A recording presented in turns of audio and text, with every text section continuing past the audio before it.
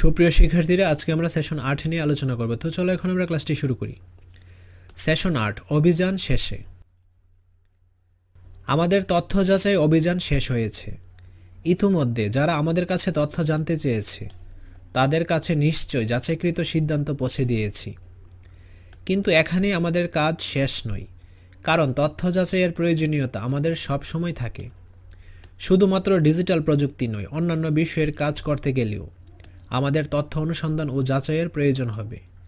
এই অভিজ্ঞতার মাধ্যমে কিভাবে তথ্য ভুলভাবে প্রচার হওয়ার আশঙ্কা থাকে তা আমরা অনুসন্ধান করতে পেরেছি। পরবর্তী পৃষ্ঠার ঘরে আমরা কিভাবে তথ্য ভুলভাবে প্রচার হয় তার 10টি প্রক্রিয়া লিখব। এটি আমরা নিজের ভাবনা এবং অভিজ্ঞতা থেকে লিখব। পাশের বন্ধুর সাথে আলোচনা করে নিই। নিচে একটি উদাহরণ দেওয়া হলো। ভুল তথ্য দিয়ে কোনো টেলিভিশনের লোগো যোগ করে একটি ভিডিও তৈরি করে এই ভিডিওটি একটি স্বনামধন্য টেলিভিশনের প্রতিবেদন দাবি করতে পারে। তো চলো এখন আমরা এর অ্যান্সারটা দেখে নিই। অনিচ্ছাকৃত ভুলের কারণে কোনো তথ্য ভুলভাবে প্রচার হতে পারে। ইচ্ছাকৃতভাবে কোনো ব্যক্তি বা মহলের ক্ষতি সাধনের জন্য ভুল তথ্য প্রচার করতে পারে। কোনো খ্যাতনামা পত্রিকার লোগো যুক্ত করে ভুল তথ্য প্রচার হতে পারে। কোনো অশালীন ছবির সাথে কোনো মানুষের সম্মুখের ছবি বসিয়ে মানহানির জন্য প্রচার করা হতে পারে। অপরাধীর পরিচয় লুকিয়ে ভালো কাউকে ফাঁসাতে পারে। চাঁদা বা অর্থ আদায়ে ব্যর্থ হলে কোনো ব্যক্তির ক্ষতি সাধনের জন্য ভুল তথ্য প্রচার করতে পারে। ভিডিও এডিটিং সফটওয়্যার ব্যবহার করে কোনো সঠিক ভিডিও ভুলভাবে প্রচার করতে পারে। সোশ্যাল মিডিয়াতে কোনো ব্যক্তির নামে গুজব ছড়াতে পারে। পূর্বের কোনো ঘটনার ছবি বর্তমানে বলে তথ্য দিয়ে প্রচার করতে পারে। রাজনৈতিকভাবে হয়রানির জন্য মিথ্যা তথ্য ছড়াতে পারে। 10টি উপায় লেখা হয়ে গেলে আমার পাশের বন্ধুকে আমার বইটি পড়তে দিব এবং তার বইটি আমি নিয়ে সে কী লিখছে পড়ব।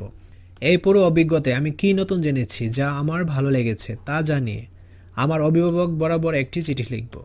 চিঠিটি বাড়িতে গিয়ে লিখব। লেখা শেষ হলে আমার অভিভাবককে পড়ে শোনাব। তো চলো এখন আমরা এর অ্যান্সারটা দেখে নিই। প্রিয় মা, পত্রের শুরুতে আমার সালাম নিও। আমি আমার 8ম শ্রেণীর ডিজিটাল প্রযুক্তি বইয়ের প্রথম শিখন অভিজ্ঞতা সম্পন্ন করেছি। এই শিখন অভিজ্ঞতায় আমি বেশ কিছু নতুন নতুন তথ্য সম্পর্কে বিস্তারিত জ্ঞান লাভ করেছি। সে সম্পর্কে এখন আমি তোমাকে জানাচ্ছি।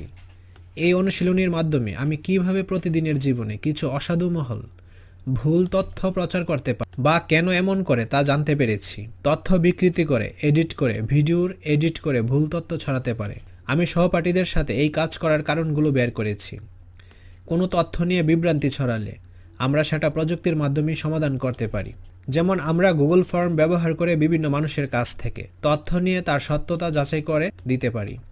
আমি এই শিখন অভিজ্ঞতায় আরও জেনেছি কিভাবে স্প্রেডশিট ব্যবহার করে খুব সহজেই দ্রুত হিসাব নিকাশ করা যায়। আমি আশা করছি প্রথম শিখন অভিজ্ঞতায় শেখা কাজগুলো আমার ভবিষ্যৎ জীবনে অনেক উপকারে আসবে। তুমি আমার জন্য দোয়া করো আমি যাতে এই অভিজ্ঞতাগুলো সঠিকভাবে বাস্তব জীবনে প্রয়োগ করতে পারি। ইতি তোমার আদরের ছেলে ফাহিম। আজকের ক্লাসটি এ পর্যন্ত। পরবর্তী ক্লাসটি আমরা শিখন অভিজ্ঞতা 2 থেকে শুরু করব। ধন্যবাদ সবাইকে।